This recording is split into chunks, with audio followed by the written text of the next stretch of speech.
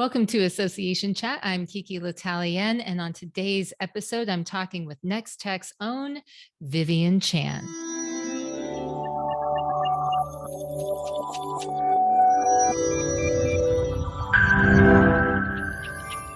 So, what are we talking about when we're talking about XR? Yeah, extended reality, the acronym is XR, is basically the next wave of experiencing computers. On one side of the spectrum is what you probably heard, virtual reality.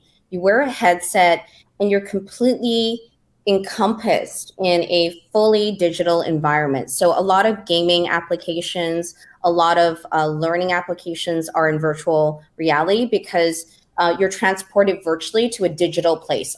Like everything's digital. On the other side of the spectrum is augmented reality, and that's this place that I've been living in over the last 8 years. Augmented reality is essentially layering digital information or digital elements into the real world using your mobile phone or your tablet. So you're able to see digital information overlaid into the real world. Now, moving into the middle, where everything is starting to kind of converge, is what we call mixed reality. Mixed reality is also through a wearable or a headset, so usually through glasses.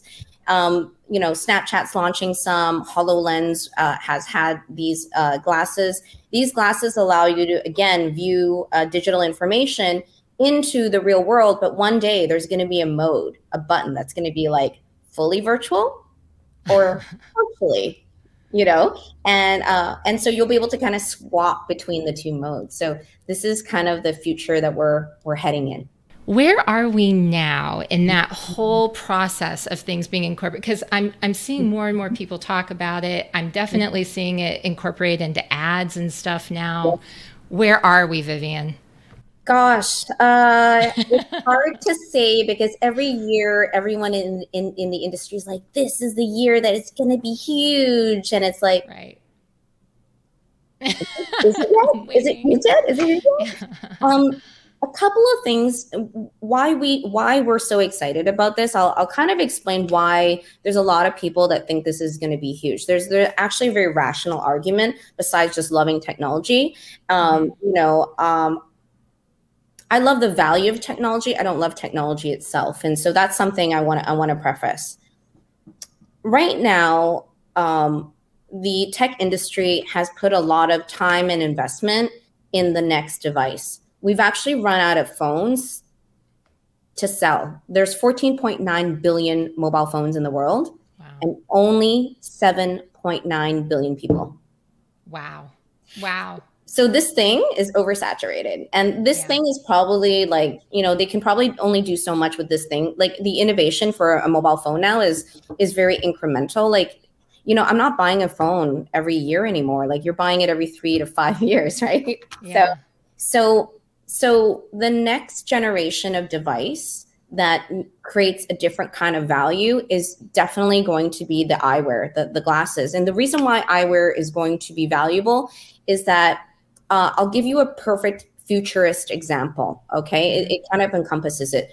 So let's say you're driving, your car breaks down, you're stuck in the side of the road, and you're like, oh God, like there's steam coming out of the transmission. Like, what do we do?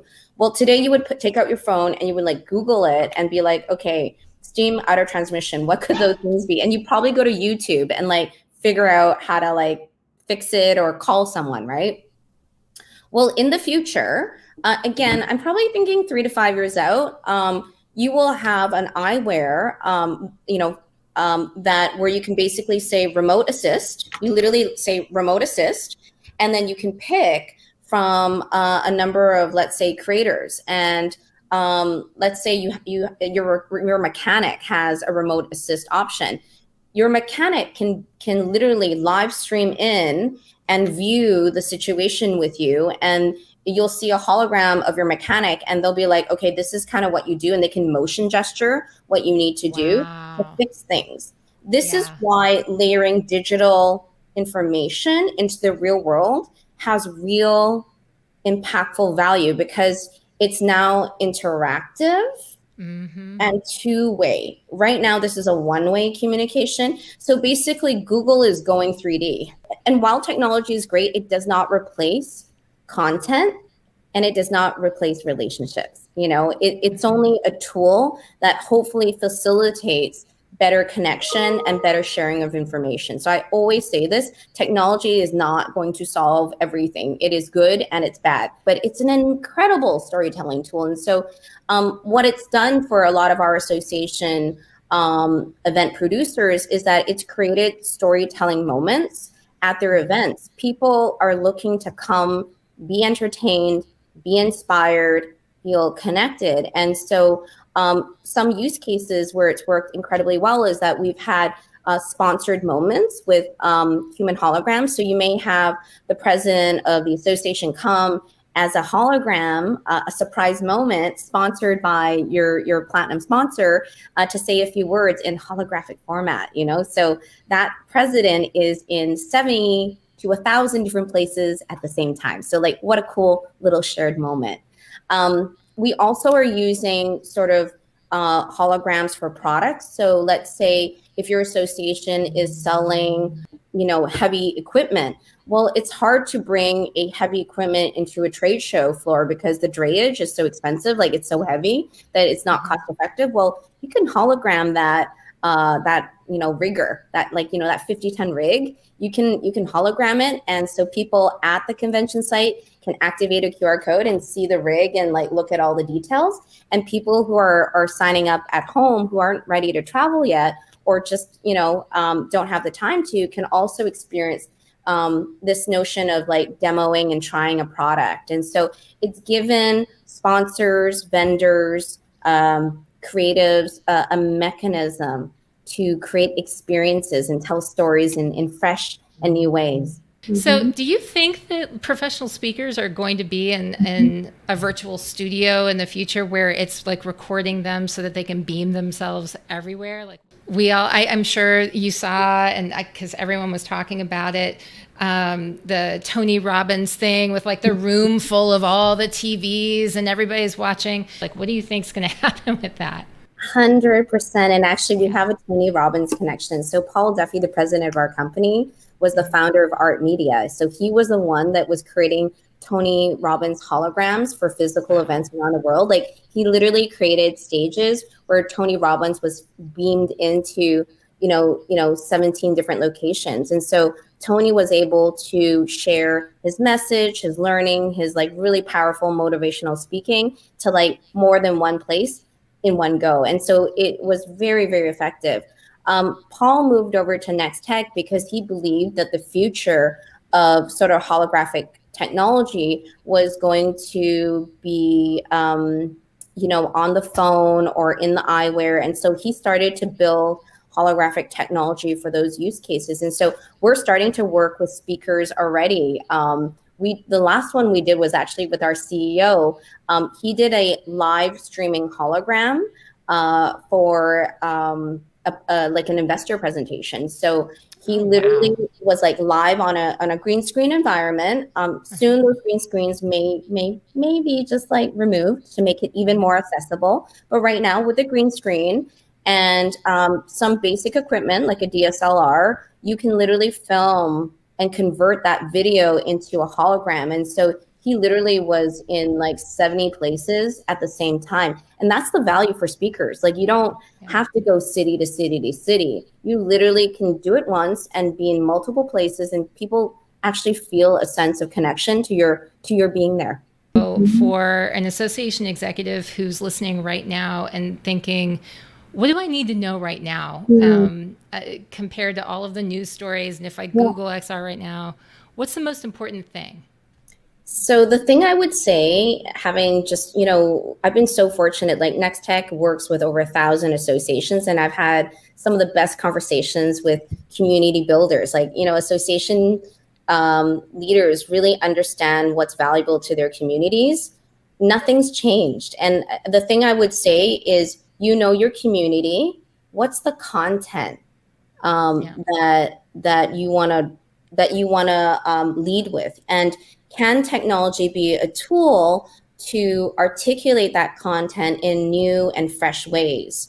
Can technology give you added sponsorship options to sell, to advertisers and sponsors that keep the community going? Because it's expensive, to manage and support community. It comes at a cost. And so how can technology be in service of what you do versus feeling like you got to keep up with the technology? You don't. It's like technology is here to serve you in your narrative, in your business goals, in your fundraising, not the other way around. And while you were talking, I went ahead and I put a link at the bottom. Those who are listening to this later, you can look in the show notes. But this is for a link to go to the registration page for an upcoming conference. Yeah, so we're hosting kind of a big party, an online party called Live Now. And we're super excited because we've got Gary V, who's gonna like motivate us and get us all jazzed up about just being better, doing things better. And Gary V is a big proponent of sort of, again, using new technology in valuable ways. He's like, we're gonna be talking about holographic technology. We're going to be talking about building online and in-person marketplaces. We're going to be talking about NFTs, non-fungible tokens. So if you want to get sort of a briefing from experts in the industry on what technology does and doesn't do, this is going to be a great show. It's going to be super entertaining, and we've got some really amazing speakers, starting with Gary Vee. So. Oh, that's so exciting. Well, Yeah. one of the exciting things that I saw on your channel, Vivian, had to do with kids explaining augmented reality. We have a little clip of that. I would love to play it. Is there anything that you want to say before we go into this clip? Yeah, this video was inspired by just literally for a number of years now, a very valid question from almost everyone I meet is, what is augmented reality?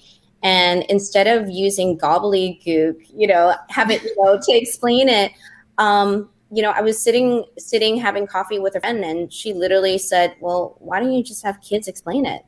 Because they are the ultimate truth tellers. And so we did that. Hi, I'm Vivian Chan, Global Head of Digital Sales at NexTech AR Solutions.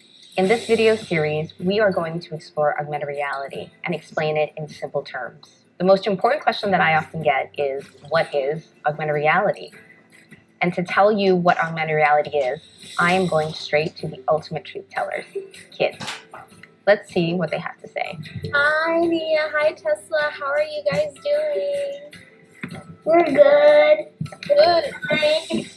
So first, I have one question for you. You can answer however you want. Do you know what is augmented reality? No. All right, we're going to show you something. NexTech AR Solutions is the only virtual experience platform that combines enterprise-scale virtual events with the infinite possibilities of augmented reality. Okay, so tell me, what did you just see? How would you describe what you just saw? Okay, Mia, you go first. You over there, just talking. Did it feel like I was in your living room? Well, when I looked out on the video, it looked like you were in the living room. On the phone it did, but then how can you be in two places at the same time? So we're going to show you a different one. It would be cool if there was a car in our living room. There's a car in our living room. No, not really.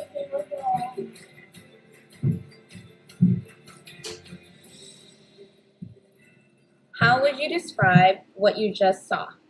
I saw a race car that was making this whirl sound. It looked pretty real to me. It's like the phone can see invisible things. So here's a question for the future. Like, what would you like to see beamed into your living room? Papa. Oh, you want to see your papa beamed in your living room. Good answer. How about you? Disney World in there, and then we could play with it. So we're going to show you the last one. There's one that you can walk into a church. There's like a little door, and then when you walk into the door, you're inside a church. So there's gonna be a church inside my living room, and we're gonna go in it.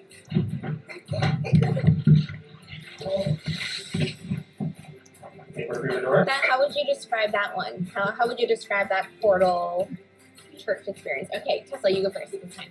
It was the same, but much bigger. Would you like to walk into Disneyland? Yeah, I could you didn't have to drive for hours.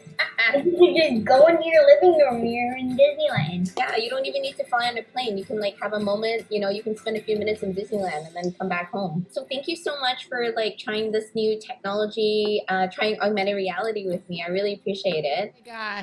Oh my gosh, I love this so much. Weren't they just adorable? What adorable kids. I love it. I mean, that was amazing. I don't know how many kids you had to go through to get. No, I'm just kidding. First, but amazing. Tesla literally says the phone can see invisible things, and Nia's like, so how can you be here and there at the same time? They see with such clarity, They see with such clarity, children. Doing this video series, and I've got another one with Colton as well that I'm going to release next week, is it was a real reminder to me that at the core of creativity and innovation, those are words we overuse time and time again, is really finding our sense of wonder and imagination. And it was a reminder that for me to be creative, I need to tap into my 5-year-old. To never lose that, to always find a way to tap into that sense of play and wonder and imagination. Because at the end of the day, technology can be a creative medium. And I really do look at augmented reality as a very creative paintbrush. I always say, you got some paintbrushes. What are you going to paint? What's the experience you're going to paint?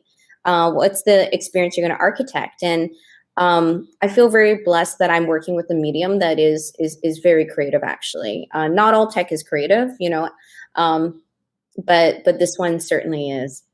What do you think is the easiest way for an association executive to just start experiencing, getting better acquainted with the technology? Yeah, sort of 2 simple steps. I would say number 1, just try it. I've got a lot of these augmented reality activations on my website, vivianchannel.com.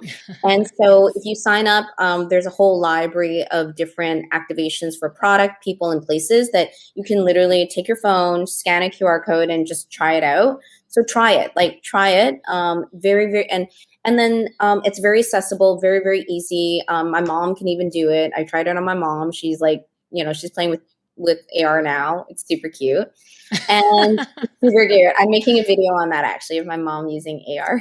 Oh, I need to see that. That's amazing. Yeah, it's coming up. And it's so awesome.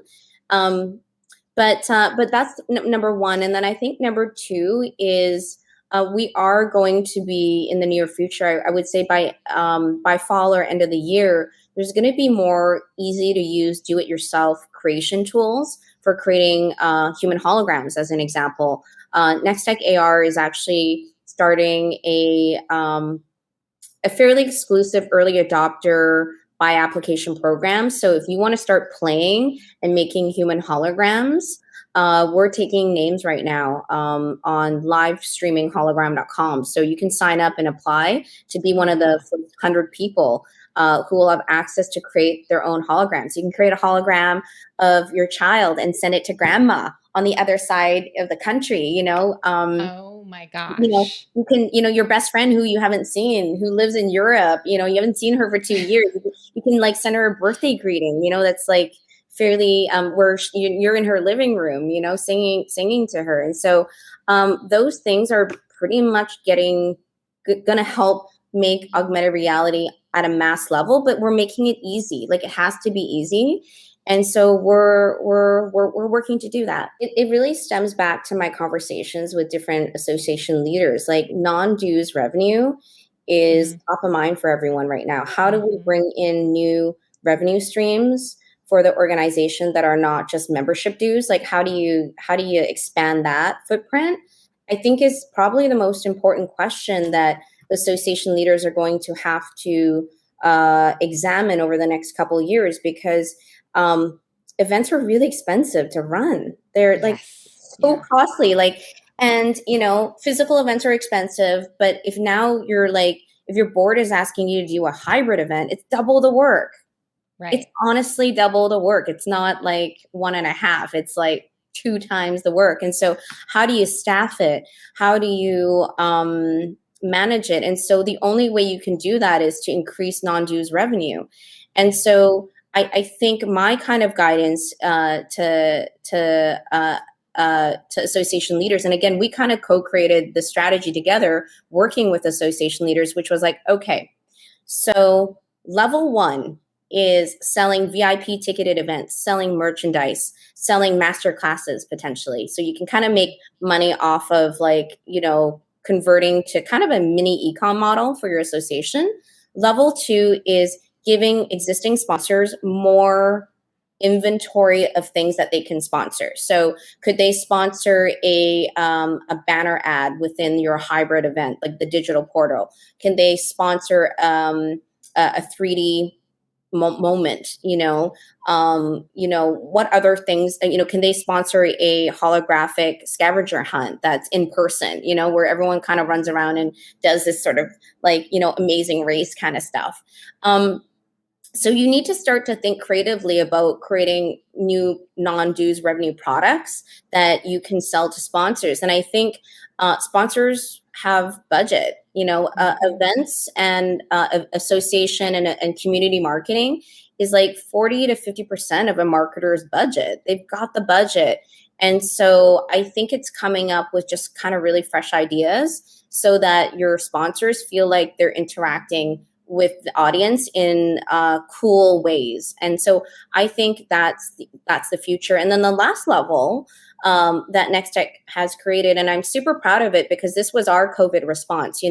We really felt the pain of being at this together. Like, we were seeing different events and associations cancel, and seeing how stressful that was going to be on the bottom line. Like, when you cancel something that was contributing 40% of your annual revenue and not having a replacement, scary. That's scary.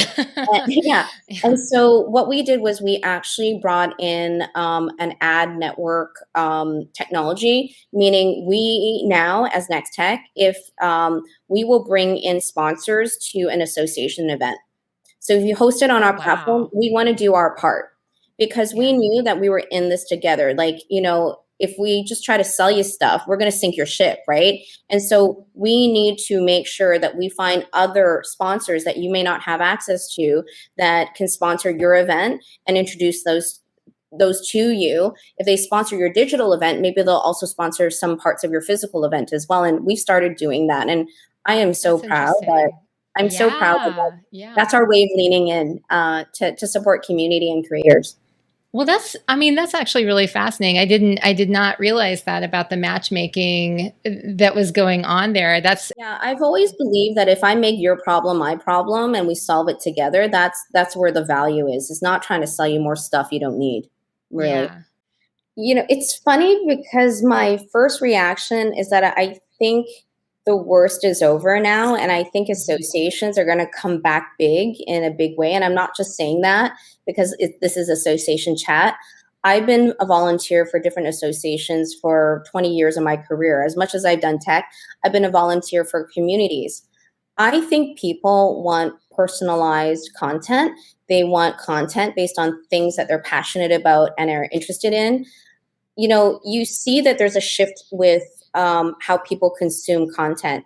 Like, people aren't watching cable television anymore. The one size fits all thing doesn't seem to be working. Like, people in the medical profession that are focused on kidney disease want to convene together and really figure out how to solve problems there. And so we're seeing a really sort of communities of interest will continue to grow, because we don't advance anything if we don't bring the right group of peoples together. And I think we do have I think we're acknowledging now that you got to bring the right people in the room to solve a big problem. And this is the part I'm so grateful to associations, because you're all solving different problems that are important to advancing our human experience and and especially now more than ever, right? So I have a personal aspiration when it comes to community, because I really, my aspiration is that communities start to merge and network and connect. Um, because I do think that there's an opportunity to get out of our silos and like integrate a little bit more horizontally and vertically. And when you bring different people together and diverse people together, great things can really happen. I've seen this. I've been in the social impact communities, in the spatial computer communities. I've been in the tech communities. I've been in the nonprofit communities for a long time, and it's really always like there's so much good work to do. But I would challenge everyone to continue to like bridge bubbles, like bridge bubbles, like make your bubble, connect those bubbles, make those bubbles bigger and fuller, because all that energy, when you kind of harness it together or network it together, really has impact. And so that's something that I'd love to see in my lifetime, to see how do we continue to bubble up together. That's the question I'm asking right now. Yeah. Yeah. It's a great question, actually. I might have to adopt that question for myself. So if people want to connect with you and they want to learn more and they say, yes, Vivian, I trust your voice, I want to know more, what's the best way for them to do that? Yeah, so there's sort of two channels that I'm very active on. LinkedIn, so Red Threads 8 is my LinkedIn channel. I post a lot about things I'm excited about in technology and sort of leadership. I also have a channel, vivianchannel.com, where I will be hosting weekly live sessions where I interview people that are doing cool, innovative stuff. I'll also be showcasing technology in very human ways. So I'm hoping to produce some content to help explain technology in a simple to understand way. So please support those channels, and I look forward to the conversation. I look forward to hearing from everyone as well about what they want to hear and see and learn. So. I love it. I hope you enjoyed this episode of Association Chat. And if you want to reach out and learn more, then please look for information in the show notes or reach out to me, Kiki, at amplifygrowth.net.